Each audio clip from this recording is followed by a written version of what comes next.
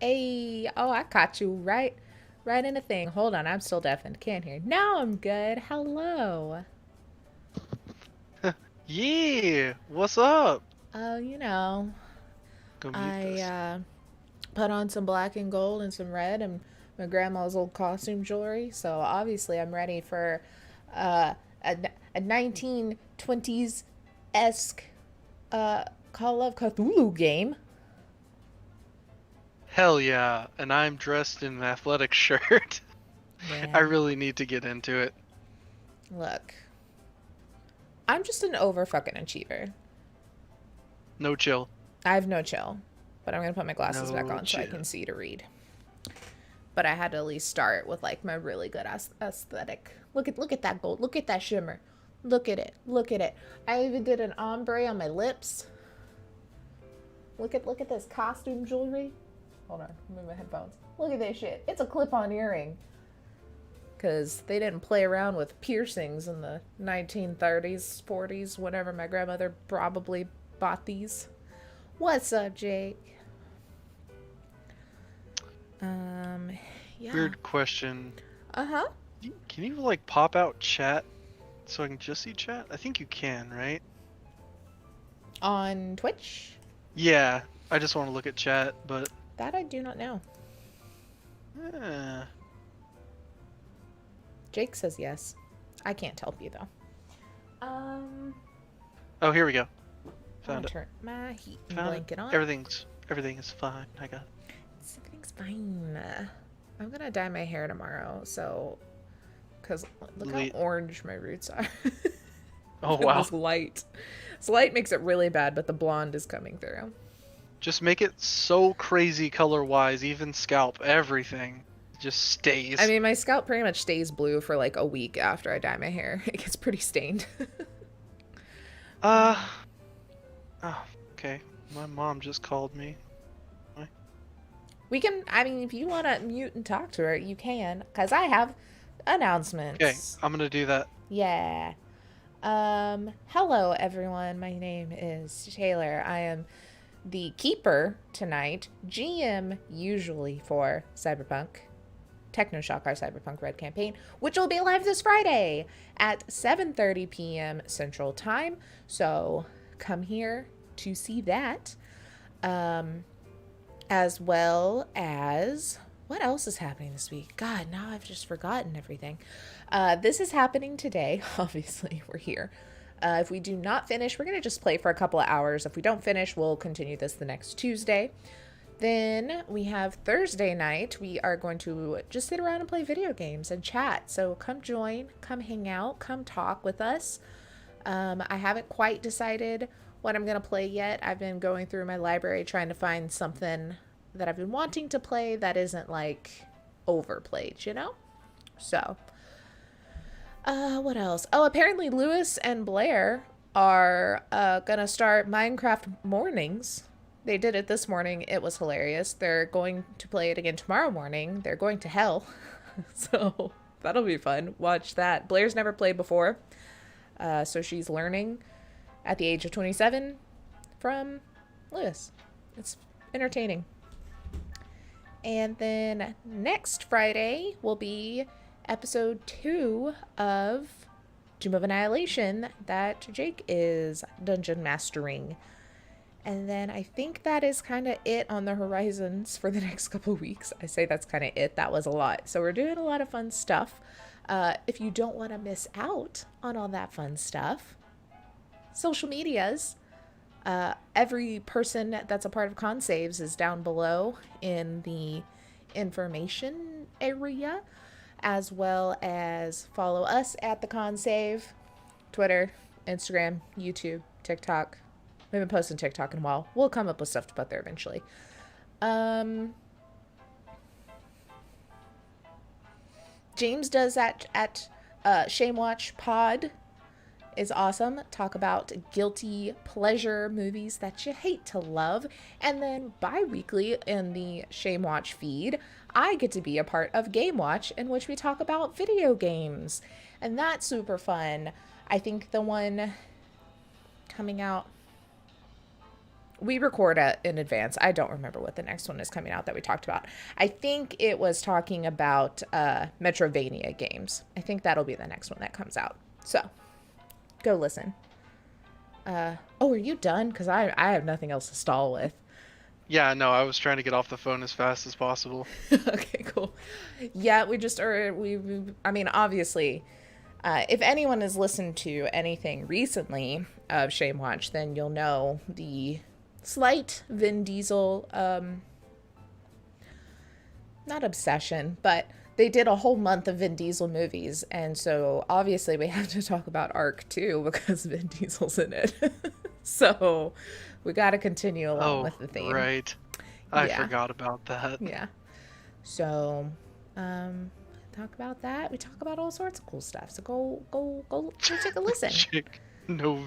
November. That's what it was called. Yes, it was November. And all of November, they did Vin Diesel movies. It was good times. Guilty pleasure, to be honest. So Shame Watch has had a lot of evolution over the last 100+ episodes, because they're over 100 now. They started off as Guilty Treasures, and same concept throughout the whole thing, but it started off as Guilty Treasures. If you go back and listen to it from those days, that's when I was on there talking about Almost Heroes. The Matthew Perry, Chris Farley, Lewis and Clark movie. They're not Lewis and Clark. They're other adventurers at the same time as Lewis and Clark. It's a great movie. It's not. It's horrible, but it's a great movie. Hence the guilty pleasure. I love it. Like Winona Earp for you. Look. Maybe it's just something about historical based things that become, because that one is like based in history. It's not. It's horrible. Then there's Winona Earp, which while it's in modern days, Doc Holliday's in it and he's hot as hell. That's right. It was Doc Holliday. I remembered you were just all like, oh wait, this is the scene. This is where he comes in. Yeah. Yeah. Watch Hot Boy. Look, he's really hot. He's also in Schitt's Creek. Same actor's also in Schitt's Creek, plays Alexis's second boyfriend there. But there's something about him in Winona Earp where they put a little gray in his hair. Whew. Look, I like me a silver fox, and he's almost there. So we're learning so much. Mm-hmm. Also, just while we're talking about just like older men that are really hot, oh fuck, it was in my head and then it went away. The TV show about the railroad and he's really Hell hot. on Wheels? Yes. The guy on Hell on Wheels. Oh man. He's like getting there on the gray fox scale, but still so hot. Still so hot. And then I need to watch that show. Like I watched like a season. Look, it's so good. Yeah. Then also the guy that plays Kane in Supernatural. Ooh, okay. I definitely agree with that. Yeah. I highly recommend Hell on Wheels. It is very good. I don't think I saw the last season. I started rewatching it to watch last season, and then I think they took it off of whatever streaming service I was watching it on. Oh, it's A&E, I think, and I think that's on Discovery Plus now, which I have. Hey, which is a thing, by the way, that is great. It's great because Travel Channel is the only TV channel I care about, and I couldn't never watch it on Hulu or anything, so now I get it. Because you'd have to Sponsor pay us. $60 for live TV. Yeah. Even then, you didn't get everything. True. Well, anyway. Let's do this. I'm just jamming. Let's to my figure this out. 1920s music. Yeah, so everyone, I've stalled long enough. Maybe some other people are here. If you're curious what we're doing, we are playing a solo adventure of Call of Cthulhu. And it is, you can get it on I always have to look at it, Chaosium. I cannot say that company's name without looking at it. You can get it on the Chaosium Inc. website under just like the Call of Cthulhu RPG. It is a solo adventure. It's made where you can just kind of read through it yourself and just kind of go along with it. You can do it like we're doing, where I'm going to keeper it Joseph's going to play the character. Kind of whatever you want, and it is made to be a very easy step into this game and how this system works. So, when you're going along, it'll straight up say, like, read this, go to this section, read this, and then it'll say, okay, these are your stats, and this is how they work. So it explains it as you go, which is super cool. But we've already built our character sheet, so we'll skip over a lot of it. But I'm sure when it comes to some things, we're going to have to read because this is our first time playing this game as well. So, bear with us. This should be fun. Yeah. I mean, like I said, I pulled out as much inspo. Oh, and also just a ton of blush. That's a thing people did in the 20s. You can't tell on the camera, but I have so much blush on my face. I'm really trying to feel the... Needs more blush. I mean, I could. I even used my pinkest one. Because I'm not a pink person. All right. I legitimately can't stall any longer. Are you ready? Nope. I am ready, yes. Okay. I'm going to turn down this music just a little bit. Oh, you guys have music? Oh, yeah. Do you want in this? It's okay. I'm fine. You can play your own that's not copyright protected. It's all good. I'm fine with this for now. I feel like I'm gonna want to really try and zone. Alrighty, y'all. So, Joseph. Hello. You're no longer Joseph. You're Garth. I forgot your last name. Why, yes, ma'am, I am. My name is Garth Toadhill. Garth And, Toadhill. Toadhill, yes. Don't ask about the last name. Everyone does, and I'm really getting tired of talking about it. Love it. Awesome. So, let me get all dramatized. The sun is high in the sky, a merciless ball of heat. You feel scorched by the time you reach the bus. I gotta make this bigger. Let me zoom in. Even in my glasses. Oh no, I'm the blind. sun's getting bigger! Oh! The sun's getting bigger. Okay. You feel scorched by the time you reach the bus halt in front of Osborne's drugstore. It's a relief. You put your heavy cases and take off your hat for a moment. You fan your face. It's been a long summer here in your hometown, and yet a curiously empty one. You look across the street at the grubby butcher shop, the grocer's with its faded awning, and the shabby tobacconist. Mistrustful faces glare at you as they pass, eyeing your clothes and luggage. It was your parents' choice to live here, not yours. You were happy down south as a child. Among Providence's white-walled houses and leafy churchyards, perhaps this new job in Arkham will supply you with the change you need. Yet, everyone you know in the world lives here. You know nobody in Arkham, not one soul. You just ask yourself one last time if you're doing the right thing. The answer is here. None of your supposed friends have come to see you off. You are all alone. Whatever challenges lie in Arkham, it'll be a new life and a braver one. A small gray motor coach approaches and rattles to a stop. You put your hat back on and pick up your case. What's, you got a hat. What kind of hat you wearing? So, I guess time of year would probably be, summer. Yeah, it's Kind of seems like it. So I am wearing a straw, base cowboy hat. I just have a checkered shirt, long sleeve shirt, starched jeans, and some cowboy boots. It's too hot to be wearing a jacket. Yes, very much so. Alrighty.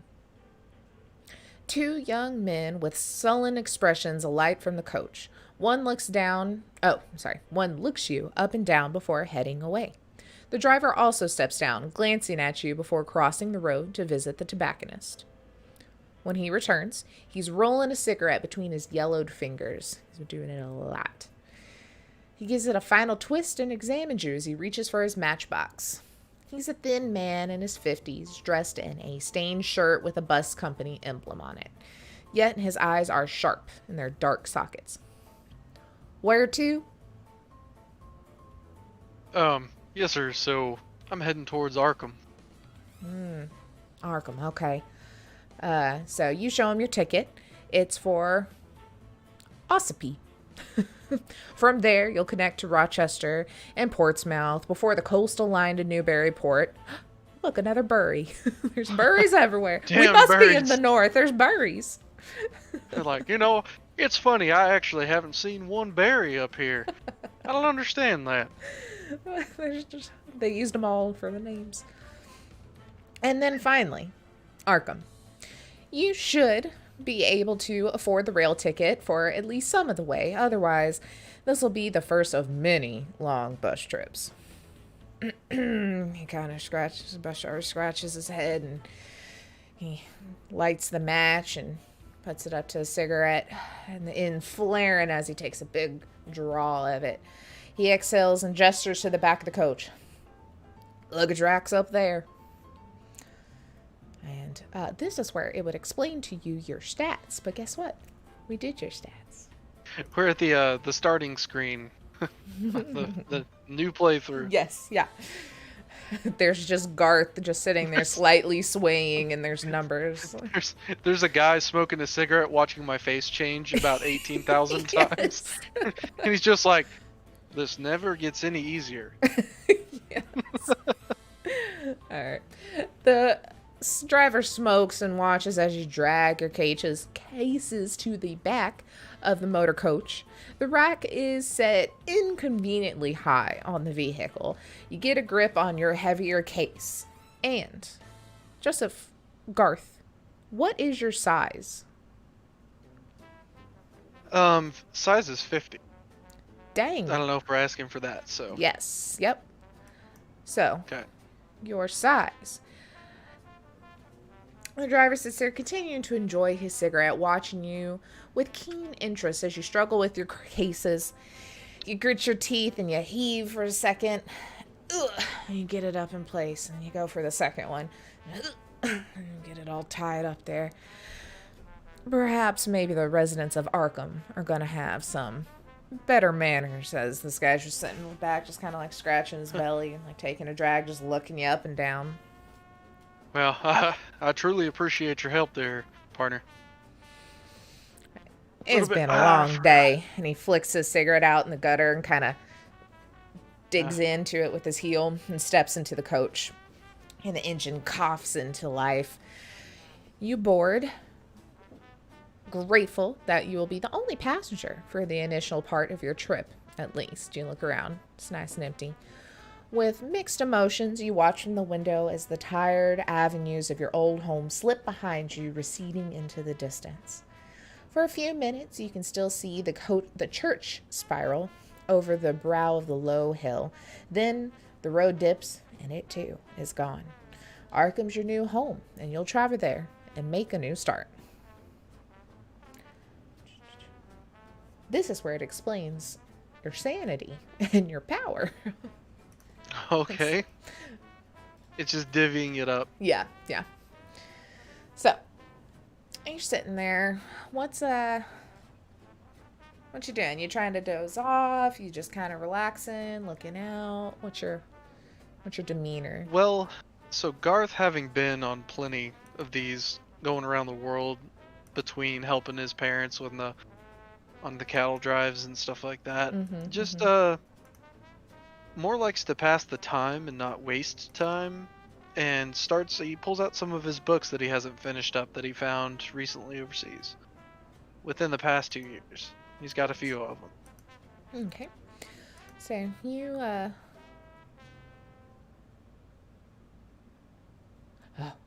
I clicked to the different number, and then I forgot what number it was, and I was like, oh no.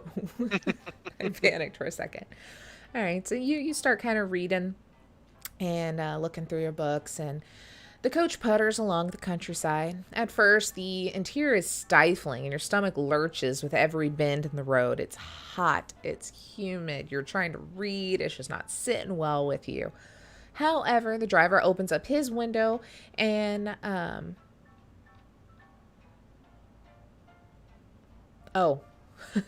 I skipped a word, and I was very confused. I was like, and switching seats with you. I'm like, are you driving now? No. Hey, partner. Who's driving? Can I drive this? There we Oh, go. I appreciate it. So, however, the driver opens his window, and by switching seats, you find a spot where the breeze hits your face, and you soon relax into the journey, observing the quaint little hamlets as the coach serves. A heavy-set woman boards at one settlement and gives you a polite nod, but then she gets off right at the next one.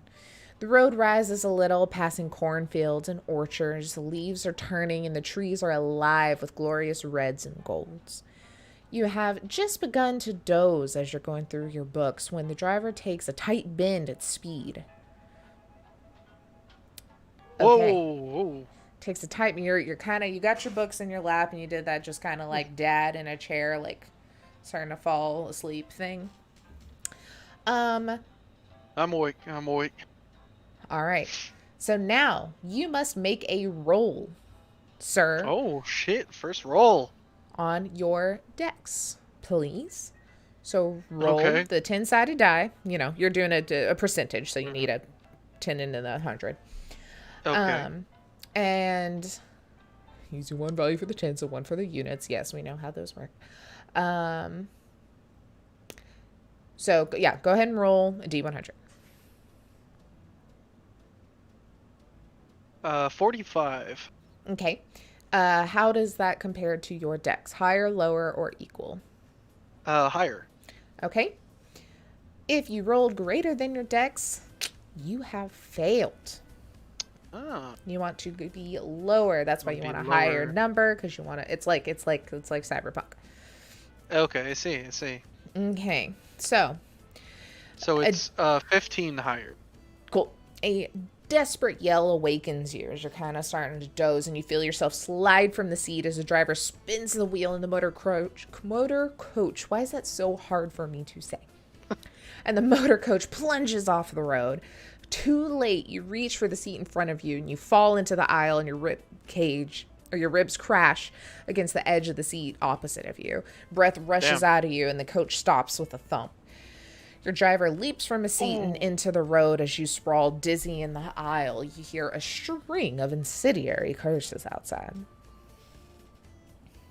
Oh, I've been bucked off my fair share of horses, and that was not fun.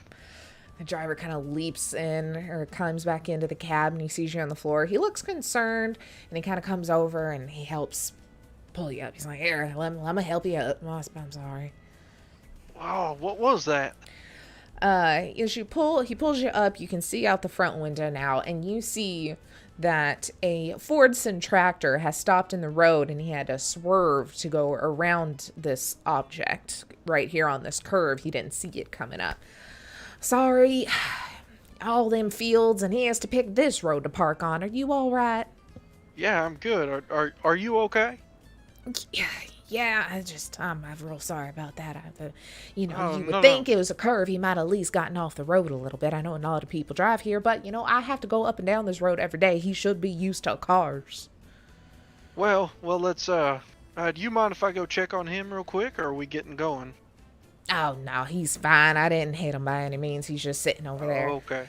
And you kind of, feel your side, and you're going to have a pretty bruise. Nothing's broken, but it's going to be pretty Okay. bruised up. And he gets back in and starts the coach up, and he kind of treads around the tractor, looking over and glaring at the farmer, who's just kind of unfazed. So by the way, I feel that on a spiritual level, because I used to farm, Yep. and being just on the side of the road, I feel the farmer more than anything. Oh, he was in the middle of the road. Oh, he's in the middle. Yeah, Okay. he had to Never done swerve that. because he was in the lane. I see. But Never yeah, mind. you Fuck that guy. Yeah, fuck that guy. So you sit back down in your seat and you kind of stretch and you're like, oh God, and it twinges a lot. It kind of hurts and you're sore and kind of getting a little situated. And it's so sore. It's about, you lost 1 hit point worth of sore. So Same. on your investigator sheet, keep track of the original value you started with, because you can heal back up, and then just drop down. Okay, so use the chart of. Yeah. Okay, cool.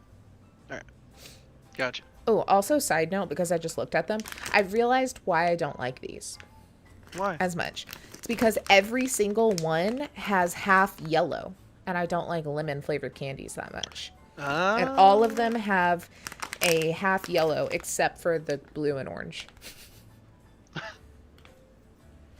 So it's really annoying. Well, I will not buy those again. Hi, Pepper.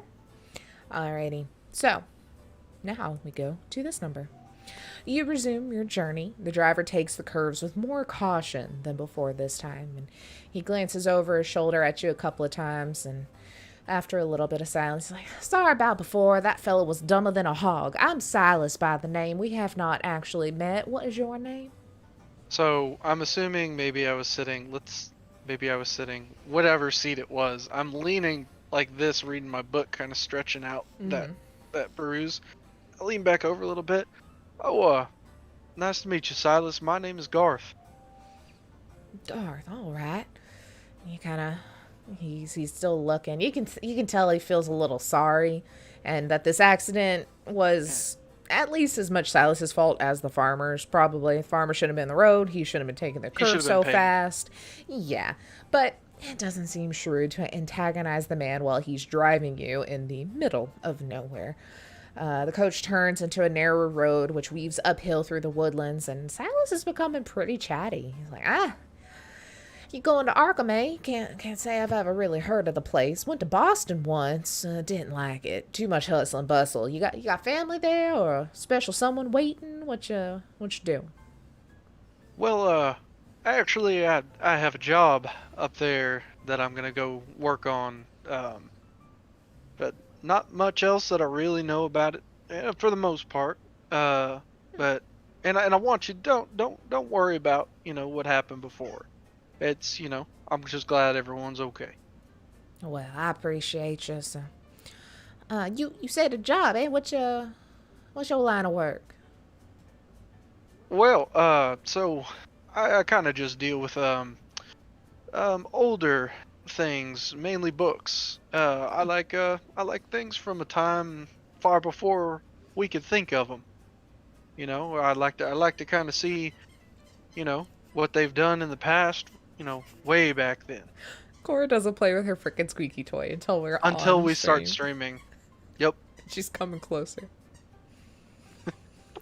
Like, you one of those antiquers, huh? Yeah, I like to study antiques. Yes, sir. Just kind of grasping my side a little bit, but not noticeably. Just kind of, tenderly. Mm-hmm. All right. Yeah, you kind of mentioned, and you thinking about this position, this assistant. Cora, play with your quieter toy. Yeah. She's looking at me like, no. Why would I? Why would I do that? Ugh. So yeah, you mentioned your job, and you start thinking about this assistance position you were offered at Arkham Rare Books and Maps on the strength of a recommendation by a distant friend of the family. Thinking about the treasures that must pass through the shop returns some of the excitement that you once felt upon receiving that letter with the job offer. You feel a tingle in your palms, and you cannot wait to get started. So I was like, books, antiques. I guess, whatever tickles your fancy. Well, I do appreciate that. Yeah, I mean, how long you been doing what you're doing? Man, I don't know. Almost since I could drive. A little after that. I had big old dreams of going to college, and then I realized I was not the type for that. So I decided to make a more consistent living by driving these coaches. I always liked cars, liked fixing them up and such, Figured this was close enough. Well, I'll say you just do what you want to do. Life's short, It'd been a lot shorter if that guy was even further in the road. Well, I'm very thankful that it wasn't shorter in that case. I am as well. We got to get you to your new book job. Yes, I'm quite excited about it.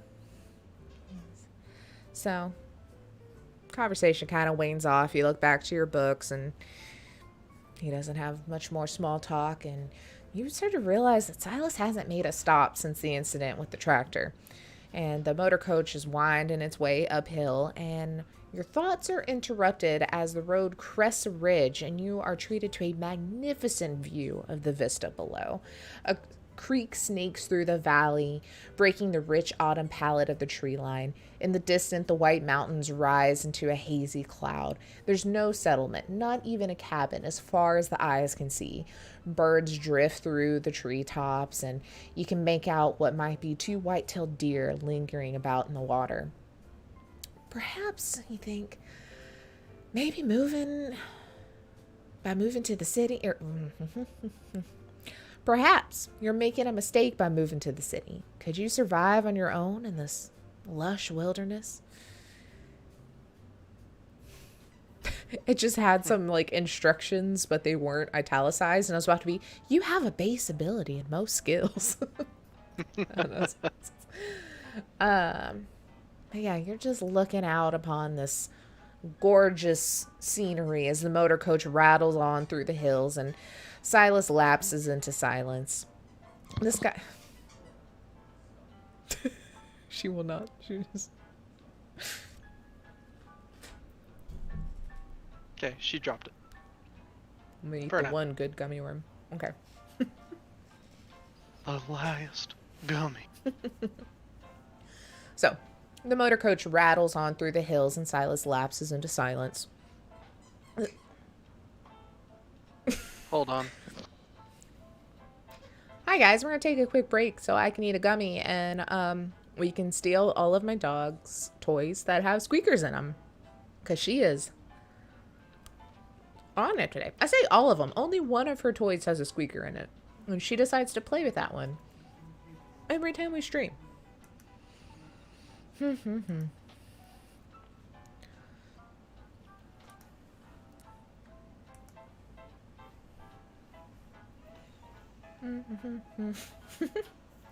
Yeah, Jake's dogs immediately start fighting and barking.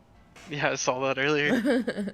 Dad had to be the meanie and take Horsey away. Continue. Okay. The sky is darkening behind you, pink tints in the clouds as the sun descends.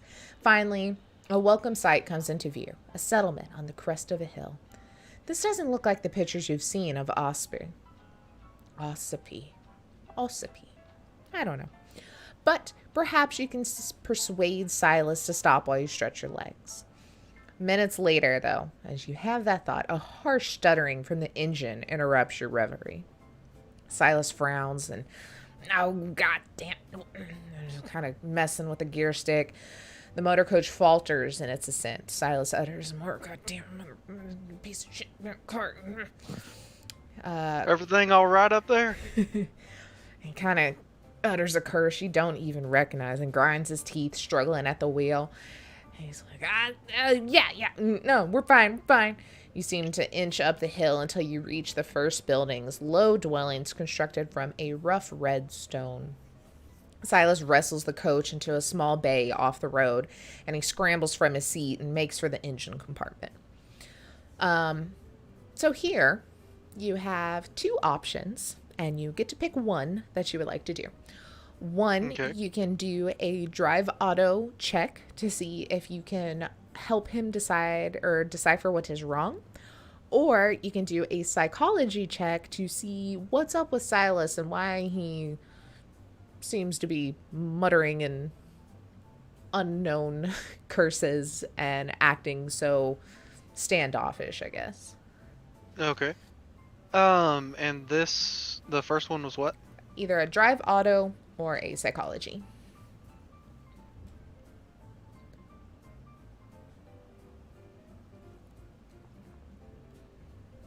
I think I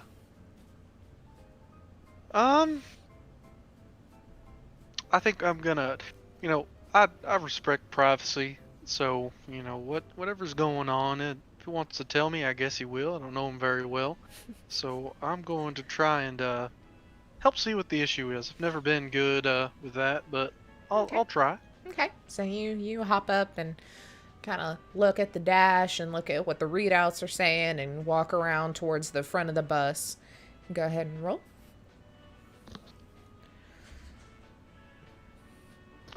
So I got a 18. And is that higher or lower than your drive auto? Barely lower. Okay, so you rolled a success.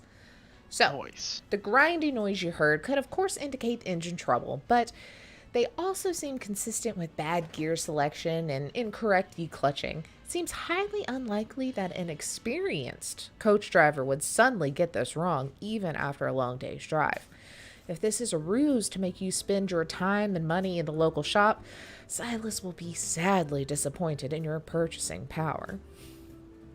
AKA, you're broke. Also, I had a quick question before we continue, though. And so when I'm looking at those, there's the main number, and then there's the fraction, or I guess the higher lower. What is the higher lower for? We haven't gotten to it yet, or So the one on the top is is half of your number, and then the other one is like a fifth of it. And so when you roll, I think in like the fifth area, don't quote me on it, I haven't read the rules in a while, is when it's considered like a hard success. So it's like there's different levels of success. If it's just barely, you succeed. If it's like a lot, or yeah. I see. Okay. Let me actually, while we're doing this, get that rule PDF up so I can remember. If I can find it. I know I sent it to you, but... Oh, I have to sneeze.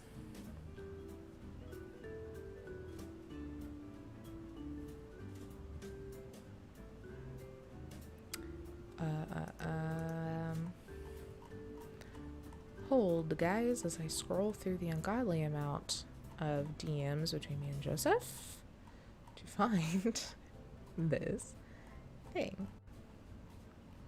Getting closer. Nope, that was wrong. Oh no, did I not send it? I thought I sent it to you. You sent me two things that I know of. What's the thing that you printed? Where is that one? That...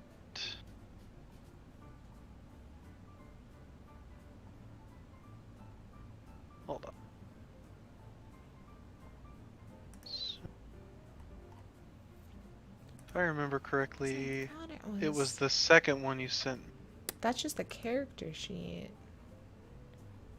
I need like the quick start guide. And I guess I could just get up and get the one literally in the other room. Oh, I have it right here. Or it's like, it goes to their site. Let me send it to you. This is one of the two. The other one's a character sheet, and this one's... No, that's the thing that I'm reading from. I need that quick. There's. Oh, maybe I just found it. Maybe I just like. I think I may have just gone to the site and found what I needed. I found it. Okay. This one doesn't have nice little clickable things though. Because I wanna remember the hard successes. There's your sanity, combat.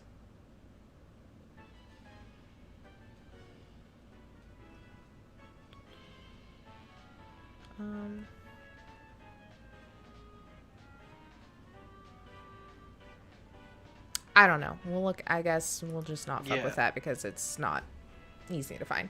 So Silas opens up the engine compartment. And sticks his head inside. The hot metal pops and sizzles, and he pokes at various components, then withdraws and wipes his brow, smearing it with dark grease. I ain't sure what's wrong. It might be the oil pressure. Might be something knocked off kilter then when you took that spill. Can't do much till the engine cools down neither, with the light failing. I reckon we'll be here through the night. He wipes his hands on a rag. Well, what do you suppose we do in the situation? You got any camping equipment or anything? You stay on the carriage? Well, we in a town. Oh, okay. I didn't know if we were at the town. I Yeah, thought we yeah. stopped before it. No, he Okay. pulled into the first bit of buildings in the bays. And the Okay, shadow okay. falls from your surroundings, and all the shadows from your surroundings are already long, and the air is chilly, and you feel stiff from the journey, and a night in a rickety coach sounds unappealing. Silas sees that dismay after you're talking. He's like, well, this here is Amberhead. It's miles from any place. I only come through about twice a week. But the folks here are good people. Uh, May Ledbetter keeps a spare room. She'll look after you. Up the alley, turn right, the first house on the left. He kind of scratches his cheek and his head and looks into the engine compartment and just spits on the ground. He's like, well, I guess meet me back here about 8 o'clock in the morning and we'll see how we stand. Okay. Well, would you like me to help at all? Oh, no, I think that's fine. You, go on over to Maze, and I probably got everything handled here. Gives it a look. He's like, I got acquaintance here in the village anyway. Reckon one of them owes me a favor, so enough for a bed and breakfast in case. So he stares at his grubby hands. Probably won't stretch to a hot bath, unfortunately. You don't seem to have a lot of options, and you kind of look around, grab your cases from the motor coach, and the last thing you need is for all of your worldly possessions to disappear Mm-hmm. in some stranger's hovel overnight. I was about to ask if Yeah, I could take my stuff. yeah. You drag them off, and Okay. Well, he's like, Silas, good night, and we'll see you in the morning. Sorry, can't help more. "Oh, it's all right. Unfortunately, this happens every now and then. We'll get it to cool off. I'll get some work, and hopefully we'll be good to go in the morning." All right. Tip my hat. He kind of nods his head, and you drag your cases between the sullen buildings. You feel surprisingly weary, considering you spent all day sitting down. Silas's directions lead you to a modest dwelling. You just explained me at work. Honestly, same. Surprisingly weary, you sat down all day. Oh no, we're supposed to be in fantasy. Anyway, sorry. No, you're good. So yeah, it leads you to a building with a slate roof. A nameplate reads Ledbetter, and underneath a sign in neat copperplate reads Lodging Room. The lane around you is gloomy, but a lamp flickers in the window. A breeze chills your face, and you're not about to begin your next life by sleeping in the street. So you rap on the weather-beaten door. I'm gonna go switch my music. My 1920s jams are a little Upbeat. Yeah. We're gonna go for some mysterious. How about that? Ooh. Ooh. So, you knock on the door, and a moment later, you hear footsteps inside the house. And a bolt is drawn back, and the wooden door swings open, and a figure with loose curls and a rough looking house dress peers at you. Her gaze takes you in your traveling suit and your cases, and her voice has a slight Irish lilt, which I will not be doing, Okay. because Yeah. I could not even tell you the beginning of how an Irish accent sounds. And I don't know if I could even do British anymore. I've done Southern for so long. What the fuck you doing here, Boyle? What you doing here, boy? I'll just do old lady. How about that? Hello. Should I take it as you're looking for a room for the night? What? Yes, ma'am. I'm so sorry to interrupt you on this fine evening. I'm traveling with Silas, and well, it seems our coach is broken down. Oh, well, that is unfortunate, but yes, you're in the right spot. I am May, and this is a lodging room for what few travelers we get. It's not free, but I will gladly give you a room. Well, I very much appreciate that, ma'am. I would like to not sleep outside. Oh, that's very reasonable. You look tired. I'm May. Come on inside, and we'll talk over a cup of tea. How about that? That sounds delightful, ma'am. Thank you so much, Miss May. All right, so she lets you in, and the Ledbetter house feels cramped with a low ceiling and simple fittings. But it is well kept, and a cheerful fire crackles in the grate. The aroma of tea is soothing, and the cup warms your fingers. Have you come here for the Ember Head? Sorry, I'm sorry. It's been a while since I've talked to people, apparently. Have you come to Emberhead for the festival? No, ma'am, I can't say I did. Just more passing through. Oh, you said you were with Silas in the coach? Yes, ma'am, I'm heading up to Arkham. I have a job starting soon. Well, that's exciting. What, Yes, ma'am. Silas rarely ever stops here. What was the cause for your stop then, if not for the festival? Well, so I guess we had some engine troubles, and we had to stop for the night. Night, The night. the night. I see. Oh, it's about time he was due for some engine troubles. That man, he always drives too fast. Thinks this road is made for him and him alone. He should have seen the state of the coach. He'd be surprised at the damage done. Oh, I skipped a whole sentence. That's why that didn't make sense. Think the road's made for him and him alone. He hit a mare some years back, and it was a terrible thing. You should have seen the state of that coach. You'd be surprised the damage done. She kind of sips her tea and looks over at you. Well, I would say that he also, we had a little bit of trouble before as well. We went off the road a bit, but nothing too bad. I kind of hurt my side here, but apart from that, nothing. Sorry. You know, I should give him a piece of my mind, but with living here, we can't afford to antagonize the man. He's about the only link we have to the world at large, and he's not a bad soul at heart, I suppose. Going the same route. Yeah, he's been going that same route for 15 years, and he's careless after you get so used to it, and, I guess we all have to forgive him.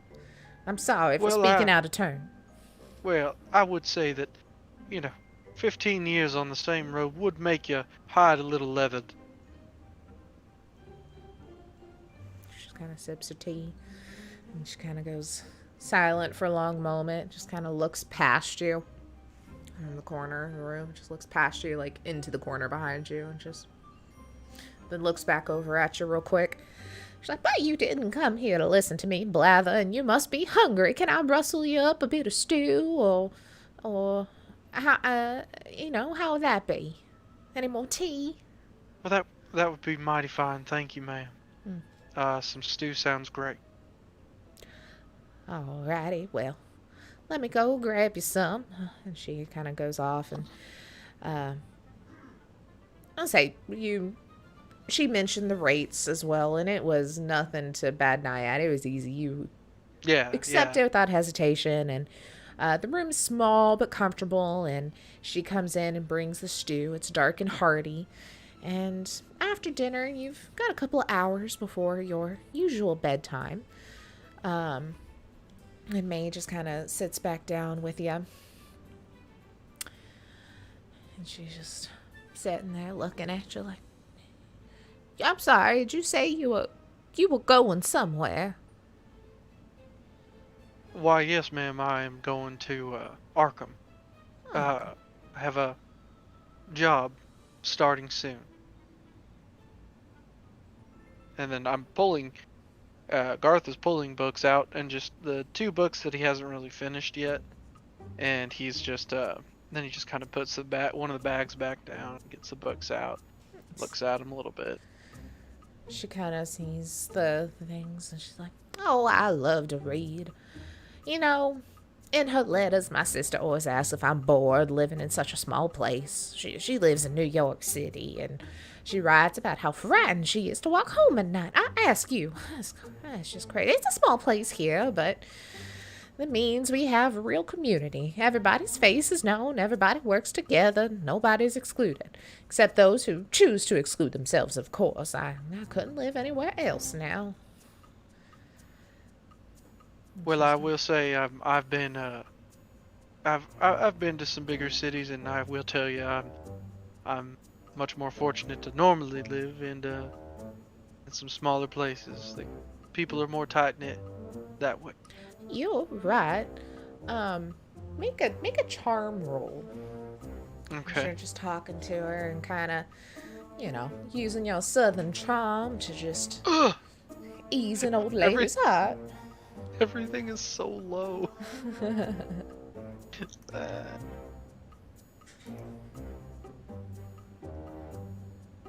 Uh, no, Okay. 64, and my charm is 15.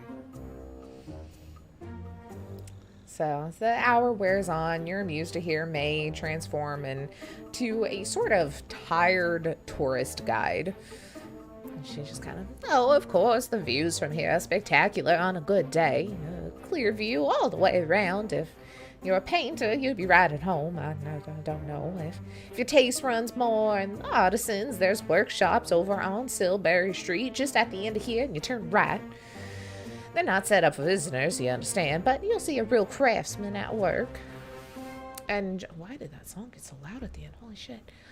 Uh, let's see. The genuine article. Now, if you're looking for freshly baked bread, it seems a shame to point out that you intend to be on the road again shortly, as she's telling you everything that she has. And May continues and she begins to yawn. Oh, would you listen to me yapping? I guess it's time to turn in. Would you like some breakfast in the morning? Yes, ma'am, if you wouldn't mind, I greatly appreciate it. But I am quite weary from my travels, and I would love to see this beautiful town, maybe one day. But I'm uh I'm a little worse for wear, I'm afraid. She kind of stands and she's like, all right, well, I will make sure to get something going. And you hear a clunk behind you, and you look over your shoulder, and all you can see is a wooden door securely closed. May Tut's the young lady of the house. She'll have been listening to us. Ruth, come in here and greet our guests. And there's a short pause before the door creaks open, and two wide eyes peer at you from between the gap between tousled hair and a rough nightgown. What'd you say? The eyes blink. What? Wait, I'm confused on who's saying what. It just puts dialogue, but not who's saying it. We We'll must say go it's the back same to the person. beginning. Yeah. What'd you say? And the eyes blink. Oh, pleased to meet you. Now get back to bed. And the door closes again. That's my daughter, Ruth. Oh, very nice to meet you as well. Granddaughter. I'm Okay. sorry, granddaughter. I'm too old to have a daughter that's that Her young. daughter is 50. No, it's my granddaughter Ruth. She's 10 years this summer. She's a delight and a torment all in one. Don't worry though. She sleeps in with me. She'll not disturb you. All right. Well, good night now. Uh, well, good night. Thank you very much, Miss May. Oh, yes, you feel free to sit here by the fire and read and turn on up to your bed if you'd like. I will do so. Thank you so much. Okay. So, you sit there and read for a little bit longer. Yeah, so for one, I need a quick break to go to Okay. the restroom. Okay. But what I will say is, so Garth is not only just reading his books, but he's also reading the letters and some of the information on the book, the place he's going to work. He's Okay, wanting to perfect. know, just kind of re up his knowledge on the place, so he doesn't show up and he's just completely out in the. Yeah, I get you. Well, then, yeah, let's go ahead and I'll put up the official break stuff. And we will be back in probably just like 5 minutes Yeah, or like, so. oh Probably. yeah, 5-10 minutes, yeah. Yeah. How long? Nothing. Just gotta go. We will BRB, guys.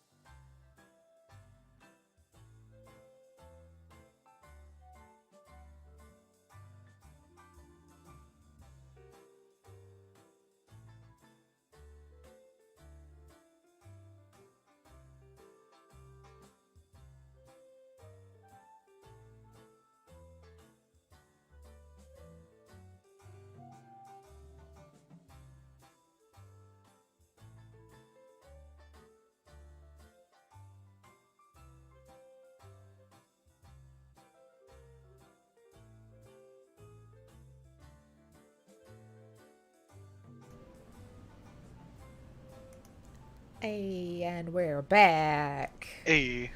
I don't even know if that was 5 minutes. I don't know how much time that was. I just ate like 12 handfuls of Chex Mix, and so let's go. Yeah. Mine was 3 pieces of beef jerky, and I went to the restaurant. So There you go. we're good. Breaks well spent, I say. Mm-hmm. You know? Well, let's go back to some spoopy music. Don't know if we need it yet, but we're doing In fact, I'm also going to spooky music up. Do I meant it. to do that a minute ago. But what spoopy music do I put on? I don't know. Think about what spoopy music you put on while Garth retires to his room. It's a little chilly, but you find yourself so tired. You sat there reading long enough in that day. You don't even worry about lighting the fire. The sheets are clean, the beds warm up. The silence outside is strange after living in a town for so long, but you soon drop off to sleep. You dream of fire in the grate, coruscating colors, I think I said that word right, shimmering through the dancing tongues of flames. At first they're tiny, almost microscopic, but then they grow and they grow into a kaleidoscope inferno, spills from the fireplace, spreading across the floor, up the sheets, and then you wake up with a start. Daylight glinting through the curtains. Oh. Yeah, you kind of shake it off. Huh. We're talking about the flames, and then the curtains are parted, and I guess our neighbors just pulled in or are leaving, and so I just saw the red of their taillights. I was like, We're really getting into it. I didn't put on a costume, but I'm setting the house on fire. Please don't. So, I have to. I have to make up for it.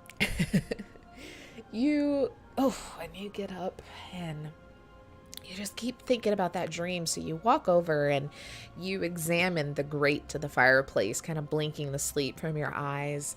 And it's super cold. So, obviously it was all just a dream. And also, for your night's sleep, go ahead and heal back up that point of damage you took. Nice. I was really spooked about the spookiest part so far. Spoopy. I'm like, oh no.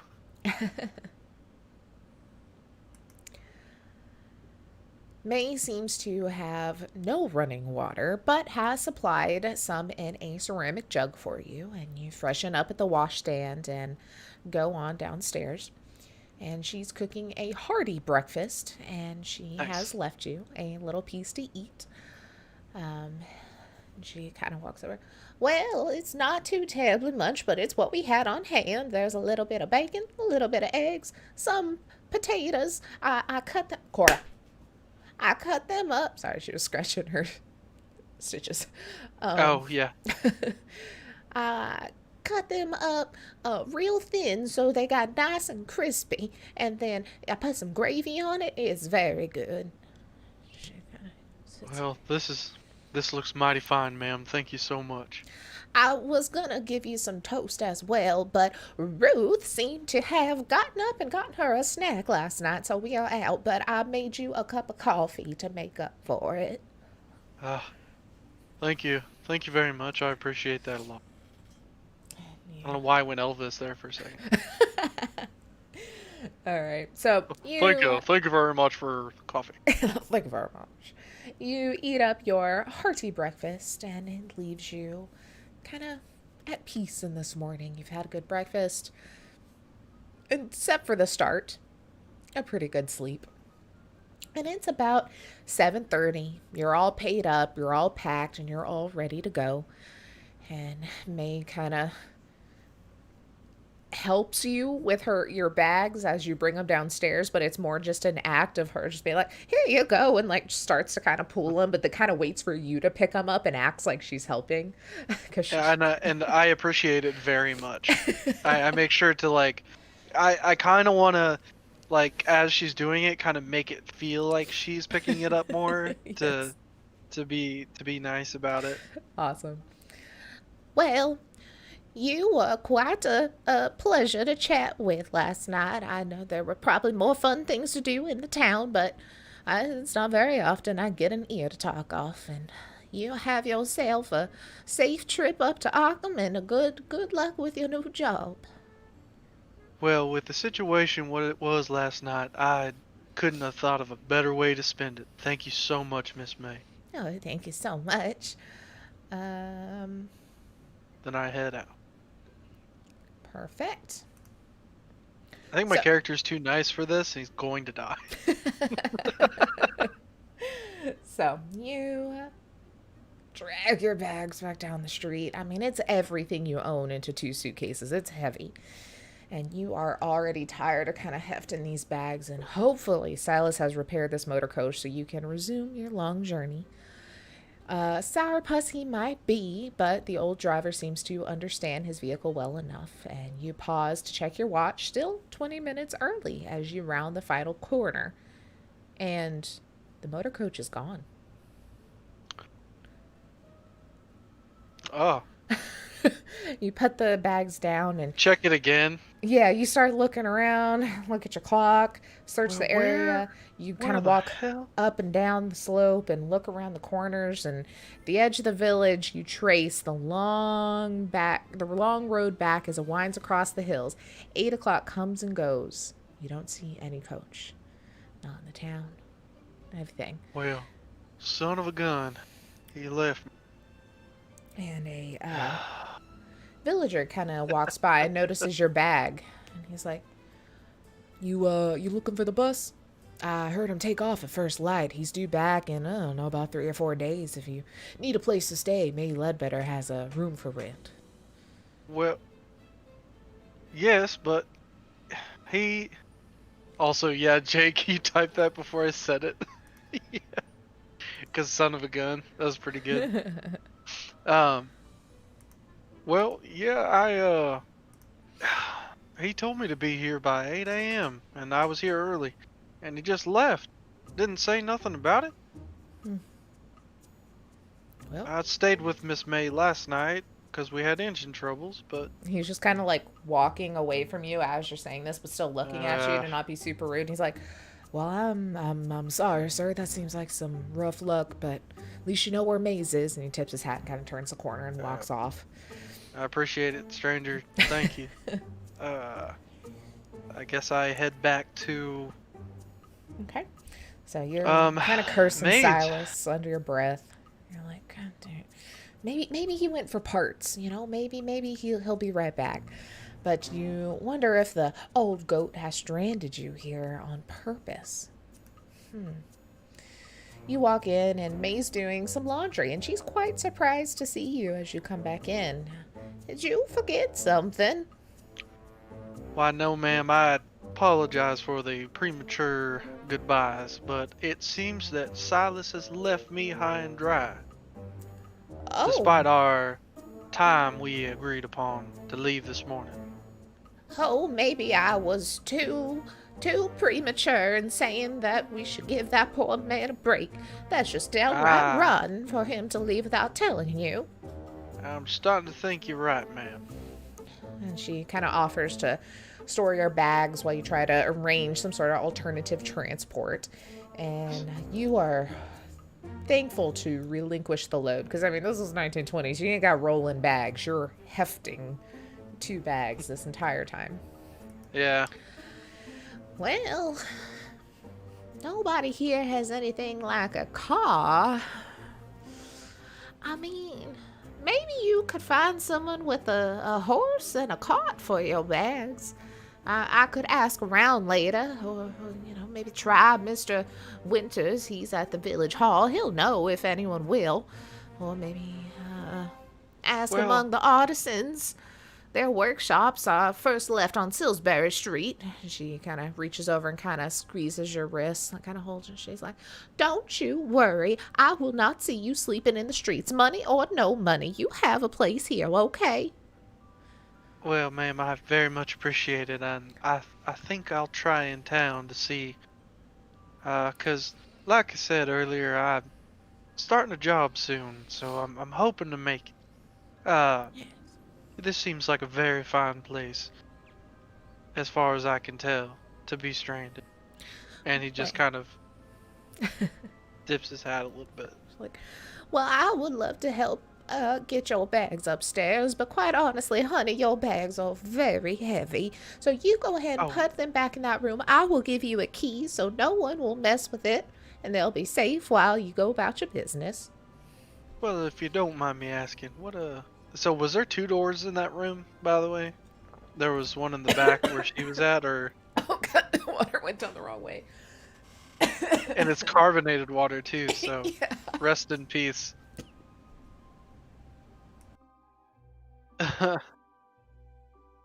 Don't die. Ouch. I'm supposed to die tonight. Oh, I'm good. I didn't even need the blush now. I'm just rosy. Okay, go on.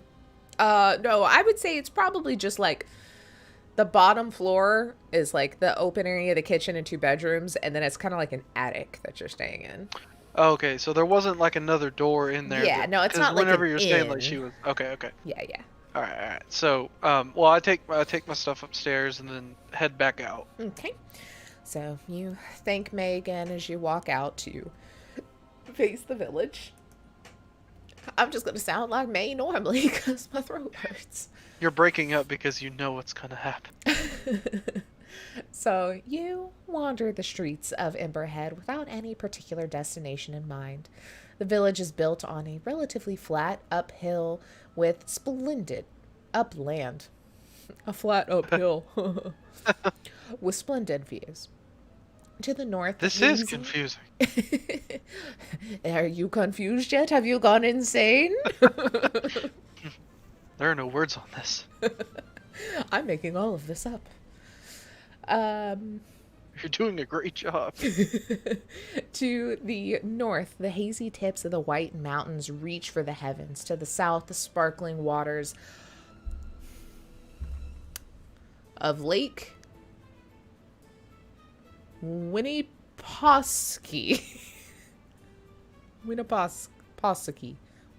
Winnipesaukee touch the horizon. Is that a real place? Are any of our northerners watching? Because this is supposed to be near Boston. Is that a real place? Because damn, what is that lake? The village itself takes less than 5 minutes to cross from edge to edge. You arrive on the winding road to the west. The only other road leads to the south, following the lower ridge of the land as it turns east.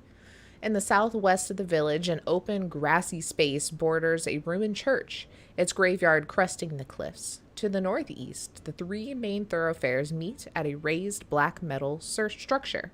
It looms stark against the blue sky. So, you may now ask about transport at the local general store, seek out the village hall, walk down to the lower level and check out the eastern road, examine the large metal structure, explore the church, or look for people with their own transport needs.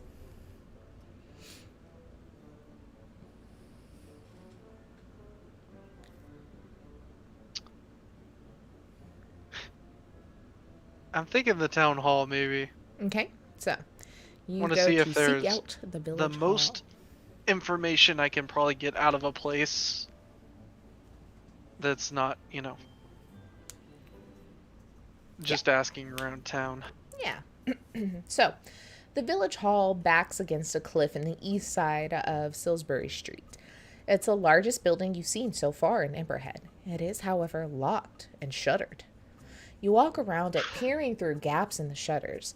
There seems to be one large room, presumably for community meetings, and a smaller annex which serves as an office and archive. One of the windows is bricked up. Back at the main door, you can see no posted opening hours. Mr. Winters doesn't open up in the morning this time of year, says a gray-garbed woman passing by. Best come back afternoon.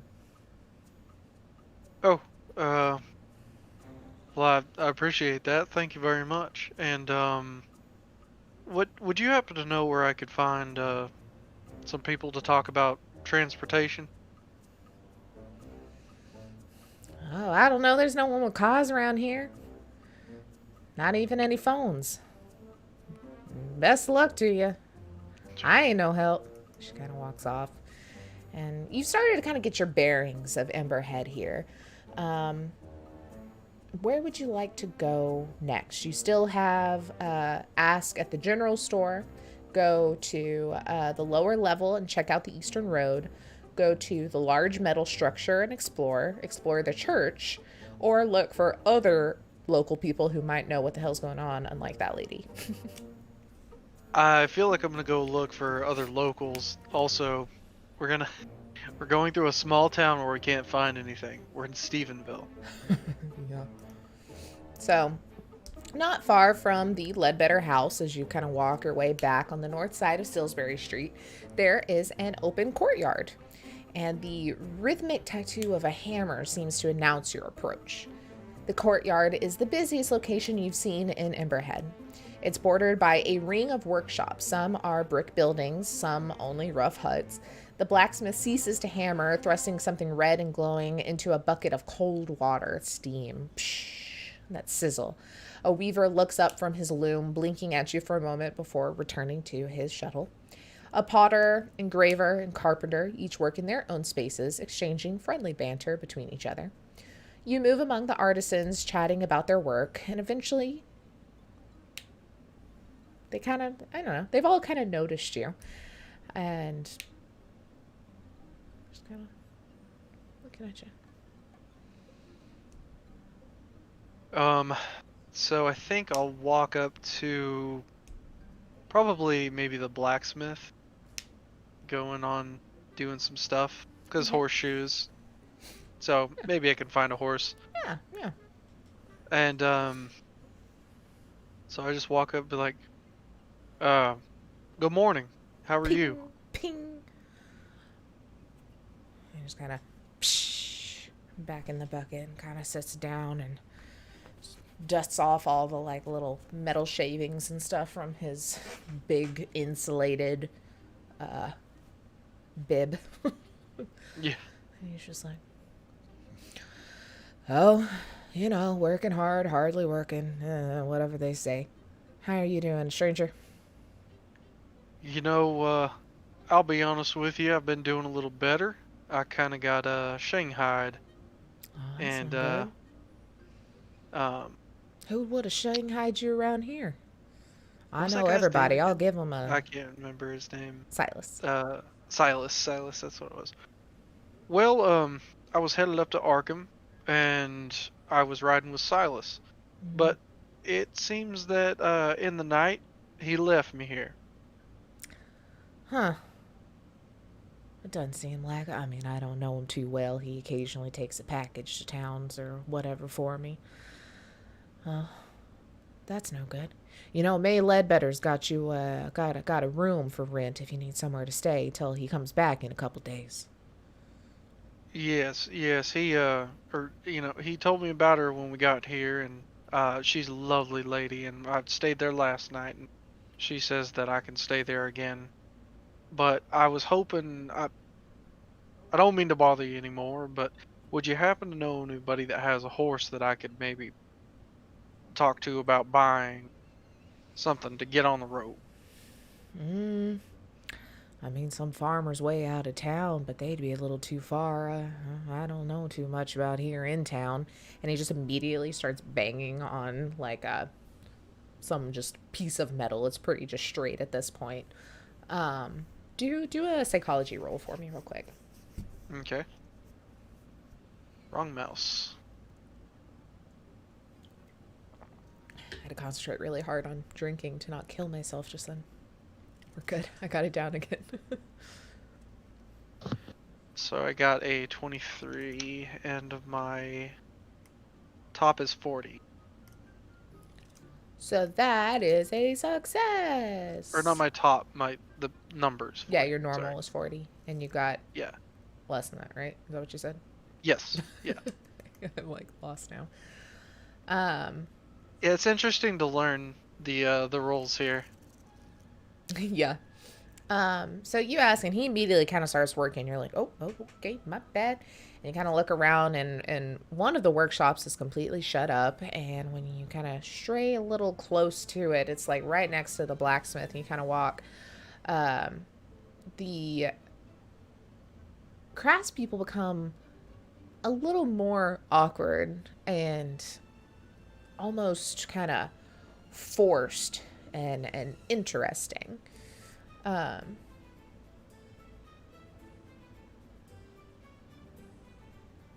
I don't know what that means. Um, and you kind of get the feeling that none of these guys are willing to talk to you. And even just the thought, like the bringing up, like getting some transport and kind of ending, like they're not giving much up. They seem a little guarded, especially when you're getting close to that open workshop. And you kind of like, okay, and you kind of just walk out feeling unwelcomed. And where else would you like to adventure? Is there a library by chance? Unfortunately, you have the general store, the church, the okay. large metal structure. Sorry. We'll go to the general store. Okay. So the general store's on a corner beside the main road, and just before it plunges to the south. The shopkeeper is a brisk, immense lady with a starched apron and strong shoulders. She looks hard at your unfamiliar faces. Faces. He has multiple now. Well, what do you need? Don't have time to stand around. Oh, well, sorry to bother you, but I'm just kind of looking for some transportation. Transport? Yep, the motor coach comes through about twice a week. Did you miss it? Truck brings me in my supplies every second Tuesday, but that's not due till next week. Well, he left me here. Broke down last night. Stayed the night. Told me to be back at 8.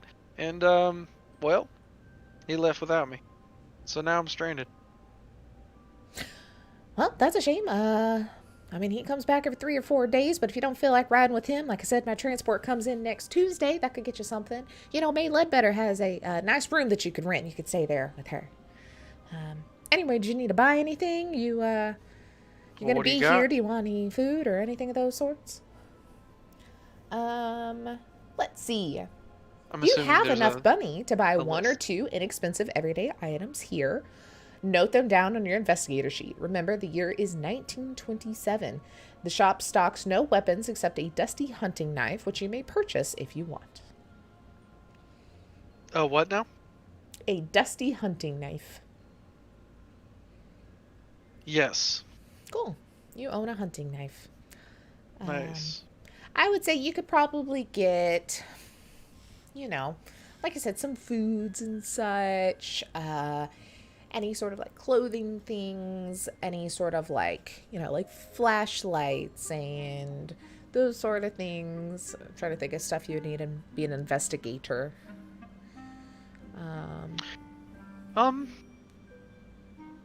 Dusty knife may come in handy. Town seems fucking sketch. So, if I need to stabby stab. Potentially. Cool. Well, hopefully it'll tell us the stats later if you do need to stabby stab. I'm gonna go ahead and say D6. That makes sense. All right. So now left you have go to the lower level and check out the eastern road. Examine that large metal structure or examine the church. So Garth is going to go to the church. Okay. Yeah, no shit, Blair. What did you say? May is coming off pretty fucking sus. Yeah, for real though. She's the only place for you to stay. She's just very happy to have some company. It's just her and her granddaughter Ruth, and she is quite the torment. So you cross the street towards the church, and as you glance to your left, your gaze alights on the... Yeah, okay. I was making sure I wasn't reading the wrong one. Your gaze alights to the large metal structure. Something bothers you about its positioning. You back up and look at it again. Yes, Emberhead's central thoroughfare points directly at the structure. It seems too precise to be a coincidence. You press on and draw into the shadow of the church. The building is in sorry state. The top of the steeple is missing. A ragged gash of splintered boards marks its absence. And the floors beneath it have collapsed. It appears to have torn through the roof to the main building as it fell. Only the back half is still intact. The white paint, which once covered the church, has yellowed and peeled. It seems safe enough to explore the rear section. Old pews are stacked against the wall, choked with mildew. Most of the windows are broken. You guess this church has been disused for at least 20 years or so. There is a little more here that interests you. So before I walk in, Mm-hmm. Garth is gonna stand on the outside of the church, just go, fuck, and then walk in and just be like, sorry, and then walk back out. All right. Um, do for me, just real quick, for no particular reason, make a ride roll. You do have a ride stat. A ride? Yes. Oh, Gotta roll like a 1, a 5. a 5. Hey, maybe. Maybe you could. Who knows? No, 27. All right. So you kind of look around and you're just like, okay.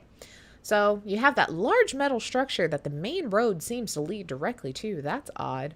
Or you could go look at the lower level and check out the eastern road. What was the first one? That big, large metal structure in the middle of town. I'll go to that. Okay. This kind of feels like like a quest in an RPG where you have to go and check everything. Yeah. And then you're just like, okay, I understand now. This place fucking sucks. Like, oh, I get it. Cool means. So, you walk up the approach, the most central of the village's major streets. It points directly at an odd metal structure. As you emerge from the shade of the nearby buildings, you're greeted by a magnificent panorama spread from the north to the southeast. The last colors of fall tint the hills in the sleepy gold. The structure, by contrast, is made from uncompromising iron, singed black. It supports an immense curved platform at the level of your head. Further struts snake up to a central point. It looks like they may have been some kind of sculpture at one point in time, but are now twisted and melted beyond recognition. An older gentleman passes, looking up at you with rheumy eyes. Are you here for the festival? Well, at this point, I guess so. He kind of sees you looking up oddly at this structure. He says, now there's the beacon. When they light it, night after next, you'll be able to see it 10 miles away. Gives you a little nod of satisfaction, then moves on, leaning on his walking stick. Garth kind of does this and says, well, I mean, that's cool and everything, but I won't be 10 miles away. If I was, that would be great. You notice now that there are bundles of wood tied and staked against the buildings nearby. Perhaps this festival would be an interesting diversion. But you really must head to Arkham as soon as possible. Roll a spot hidden check for me. Oh, good. Something that's not awful.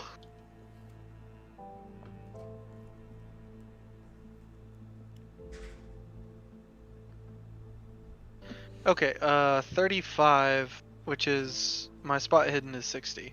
Nice. So, Thank God. you succeed. I hide in the thing until they light it. End me now! It's like Wicker Man. I'm so cold. As you walk away from the iron structure, you notice something strange about the construction of the village. All the wooden dwellings are concentrated to the west and southeast. To the east and northeast, closest to the beacon, the buildings are formed from dark brick and clay. Does this mean the settlement began at the beacon and spread west?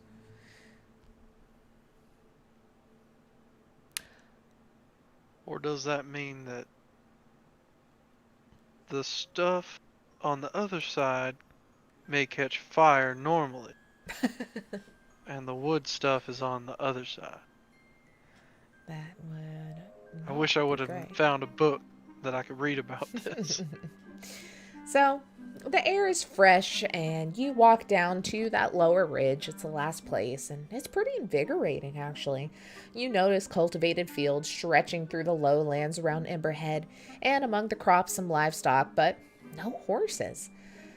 Are you going to have to make your onward journey on foot? Further down, the road skirts the edge of the ridge and descends. There are a few scattered hovels here with signs of habitation. They are set a substantial distance apart.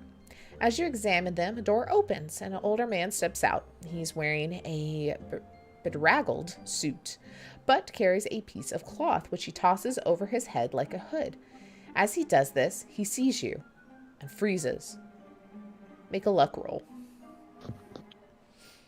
First I say, howdy. Howdy. Okay, so this just works as how does that work? I Is think that it's a an stat. actual thing? Yeah. I don't see it on here. Well, it's a stat, but So you have a certain I have amount. a allotted amount of points.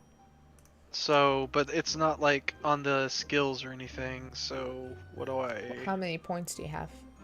I have 35. So roll under a 35. Oh, okay. Oh, I see. Yeah.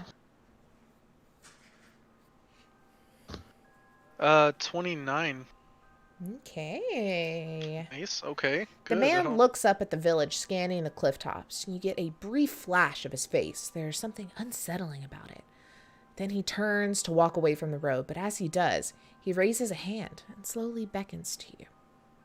Do you follow, Goddamn. or do you seem it unwise? Goddamn fish people. Okay. Well, that's mighty odd. But hell, why not? All right, you follow. Maybe he can help me out a little bit. I want to be cautious though Okay. when I'm doing this, so keeping the distance and seeing where we're going. Okay. So you follow the man around the outcrop. He glances up, then steps between two rocks and vanishes. Closer inspection reveals a narrow channel leading into the cliff. There's just enough light to see a small natural chamber within. You will be uncomfortably close to this man if you go inside. Do you continue to follow him, or do you decide to keep your distance?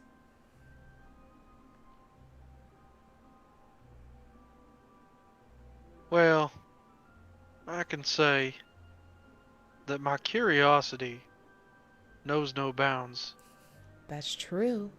You are But in the profession of being hell no. curious. Oh. So you keep your distance. You turn back to the road and your core business. Jake. Getting out of Emberhead and onwards to Ossipee. The ridge gives you a good viewpoint from which you can see the course of the road. It winds up the hills, disappearing into the woodlands for a while before emerging further on. You lose sight of it somewhere towards the second patch of woodland. By your best estimation, that is at least 6 or 7 miles distance. You see no other settlements or traffic. It may be worth taking a chance in walking. The weather is still mild, but you'll need supplies if you attempt it. You're beginning to get your bearings on Emberhead.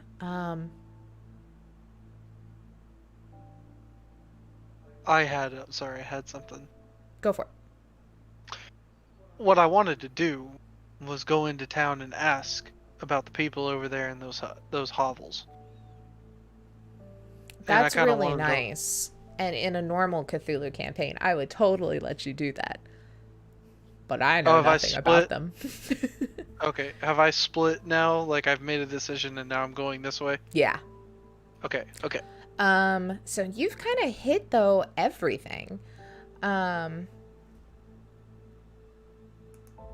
Why is it not letting me? Oh no, one of the links is broken. I have to actually scroll. No! So, your morning exertions have left you hungry. You roam the streets of Emberhead looking for sustenance. There's nothing resembling busy cafes of your hometown, or anything that might be called a restaurant. It's beginning to look like you'll have to get supplies from the general store when May Ledbetter comes down the street with a girl trailing in her wake. This must be Ruth.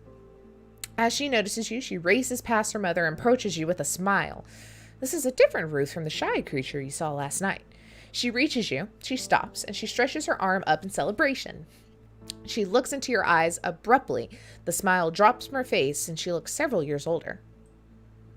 And just really quiet, she says, "Get out before the festival. Get out." She blinks hard and then kind of scuttles back towards her mother. May approaches, wrapping her arm around her daughter's shoulders, and she smiles. "How are you getting on? Have you found your transport?" Well, no, I haven't. But I would really like to. I'd try Mr. Winters in the village hall. He's always in the afternoons. You'd be hungry by now, though, aren't you? Help yourself to any food in the house. The door is not locked, okay? Well, thank you very much. I think I will go plot my next course.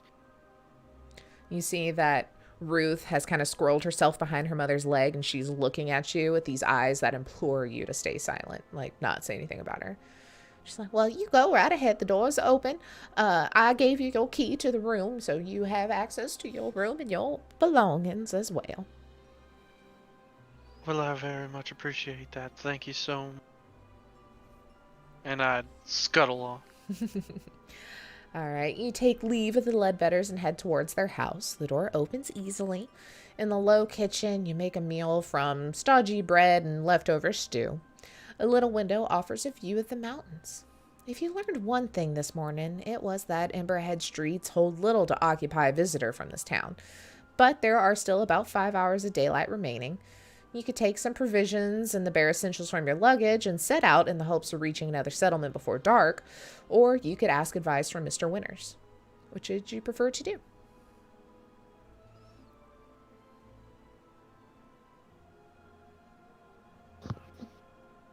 Is there an option just to fucking leave Well, on foot? Yeah, prepare and walk out of town. Well, what I would like to do, I would like to take quite a bit, and I guess I can't go back to those caves, the little thing from earlier, right? I mean, if you want to, I could find the prompt again. But you'd have to go in. There's nothing else to the prompt other than go into the cave or stay out. So is the festival's not tonight, though? No, it's like 2 nights from now. Okay. I'd like to go back to down, or I don't know. I'm interested. Okay, so purely because I'm curious about that. Uh-huh. If my character dies, it'll be Jake's turn. There you go. It's fine. And if I don't, Jake can just join me stranded in this town. But no, I want to go back down to the damn caves. Okay. The people in this town kind of suck. They're sus. They're real sus, man. They're real sus. Real sus. All And right. that fishman was the less sus, All right. surprisingly. So you sit there and you're eating and you're thinking, you're like, I could just walk out of town. I don't know what the heck was up with Ruth. That was creepy. You know what? Get to the bottom of it. Let's go to the creepiest person that I've done seen since I've been here. And so you go back to those caves. And it's only been maybe an hour or so. And you kind of see as you're kind of getting there, the man again. And he ducks back into the cave as he sees you. Okay. And I just kind of want to say slightly loudly, like, sorry, I was very hungry and I wanted to just come back later. All right. So you say that, and with wary steps, you squeeze between rocky outcrops and enter the concealed chamber, almost banging your head on the low ceiling. The man settles back against the wall and watches until you grow close. Then he slides back his hood. Make a sanity roll. Okay. First one. Alright, so that is the same thing, just roll below an 80. Yep. If you fail, Okay. you lose a sanity. 54. Cool. Some of the man's face remains. A strip from the side of his jaw to his right eye socket is healthy and pale, if aged. but the left side is consumed by angry scar tissue. One eye droops, hooded by melted flesh. The other nostril on the side is pulled up to have a gaping hole. This disfigured man studies your reaction with his one good eye. Oh, I don't even know what voice this guy would have. He's going to be very whispery. Chocolate. He's going to be very whispery. Name's Arbogast. William Arbogast. Guess I don't need to ask what brings you to Emberhead. So, Well, he just kind of looks at I'm you. assuming you already know. I feel like I'm the only one in this daggum town that doesn't know why I'm here. So you came for the festival, or? I Other did means. not. I was passing by, and I'm starting to get the idea that I was stranded here on purpose.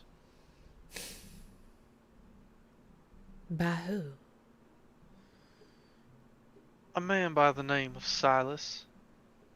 His swollen mouth gives a little twisted downturn. Son of a bitch has rat's blood, and his fingers tighten into a fist as he gets like kind of angry about it. I can kind of see that. He seemed a little grumpy, but alright at first, but after that I can't say that I trust him very much. Kind of just looks around. So you seek me out, eh? Which one of them told Well- you about me? Never mind, it doesn't matter. Truth is, they fear what I know. They never come at me direct. Don't want to end up like old Arbogast. He giggles, and it's almost a high-pitched sound, which I can't really do without sounding obnoxious. And it's all the more grotesque coming from his kind of bloated lips, and then he abruptly, his gaze turns to iron. Emberhead died 40 years ago, shattered by flame, consumed by the stars themselves. The ancient hill was cleansed by inferno. From the blackened ground came new life, as is the way of all things. The Abenaki knew. And he kind of like wipes his nose on the sleeve. Except none of that happened. The flames were turned away. The necessary death postponed a year and a year again. And now those up there, and he kind of like points up at the ceiling, think themselves savior of the village. They think they can defy the great old ones. And, oh fuck, I don't know how to...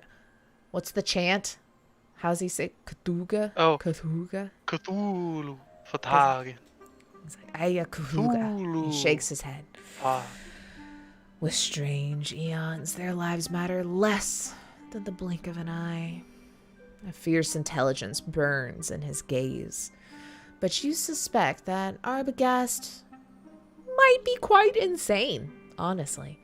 Should his move change, it would not be difficult for him to seize one of those loose rocks and crack your skull with it. So, you have some options. Okay. To ask Arbogast about the Abenaki. To ask him about the great old ones. To ask him about the villagers. Or leave while you still can. Curiosity too great. So, I would like to ask you a little bit more about the villagers. Have they wronged you in any way? It kind of seems there's something with that. They don't all seem on the straight and narrow. His face kind of twists, kind of creasing his scarred cheek. Their fathers and mothers knew the truth. They listened. They knew their doom and found their place within it. They looked into their own hearts and did the unspeakable. The current brood have the arrogance of children. Everything has been given to them, and they soon and always will. He glares at the cave ceiling again because, this is a cliff and the village is above it. They would that I left. They would that I left or died, that I took the old worlds with me. But mark what I say. Those who live in high places have further to fall, And Arbogast kind of runs his hand through his hair. A wide strip is missing on the left side of his face, displaced by the scar tissue. And he kind of climbs up to his feet. He'd been kind of leaned back against the wall and pauses in the shadows. There's something about you. Something the previous ones never had. Perhaps you can make it through. If you want to hear more, meet me again after dark. 9 o'clock. The graveyard on the other side of town. And he lifts his gnarled finger. Don't be followed, else I won't be there. This ain't the time of the year for a showdown. And Arbogast wipes his nose in his sleeve again. Now, go now. Their eyes are on me. And stranger, don't try to run. You'll never make it. And he kind of just motions towards the cave entrance. Well, it was very nice to meet you. And I'll meet you there. See you then. Alone. Well, I don't know anybody else here, and I'll make sure that I'm not followed. But if I am, it ain't my damn fault. These people are crazy. And just walks out. Oh, this is confusing. I'm going to snip this so I don't forget. I'm going to sit up for a second. Okay. Sitting on the ground is not all it's cracked up to. Well, I mean, it's up to you. I don't know how long this goes. I'd kind of thought 2 hours. Do we want to leave on the cliffhanger of the great old ones? Or do you want to push through? Let's go ahead and cliffhanger it, Okay. so we can stay till like a decent time. So if anybody wants to watch, they're not sitting through Yeah. possibly 4 hours of it. Yeah, because I still want to keep going, but at the same time. So, everyone, that is where we will end on today's Call of Cthulhu solo session. That's the word. We will pick up next time to see what this odd hooded man has to say about the great old ones and other names that I already forgot. And I'm gonna call him Flaky Frank. Flaky Frank. I mean, he's Arbogast. I know his name. He talked about another deity or thing. And until then, until we find out next Tuesday if Garth survives the festival. Hopefully he does. Garth's a sweetheart. Garth's a sweetheart. I hope he lives. Arbogast thinks you look different and that there's a good chance that you might survive. You're not like the others. Let's hope so, because Garth is kind of a trash character sheet. I mean, it had to be. It was the intro stats. No, I know. So we'll pick this up next Tuesday, 6:30 probably again. That was a good time. That wasn't bad. Yeah, get home cooked dinner, stuff like that. Yep. Until then, we're not gonna do nothing tomorrow morning. Catch Blair and Lewis in Minecraft as Lewis teaches Blair how to play it, and they venture into hell. Should be interesting. Then Thursday night, come back and we're just gonna hang out and talk and play video games. I was scrolling through all the games on my wish list, and there's like this fun, also 1920s theme, so maybe we won't do it. Like puzzle thing that was fun. Call of the Sea, I think it's called. That looked really fucking fun. I downloaded it, so we'll see. Or maybe I'll find something not along the same theme to mix it up. Then, Friday, episode 8 of Techno Shock, Cyberpunk Red campaign with the whole group. Then, nothing Monday, right? No, the next D100 is the following Monday. So then next Friday, we'll have Tomb of Annihilation episode 2. So much to do, guys. Hi, I'm in the ether, but maybe I could run the hero one soon. Yeah. Yeah. We got good old Aegon over here. Want to run that someday. We got good old Blades in the Dark over here. We want to run that someday. We want to run a real Cthulhu. I think Lewis is on that story possibly. Oh my god, Blades in the Dark is so big it doesn't fit in my bookshelf. So many things we want to do, so many things we're gonna do.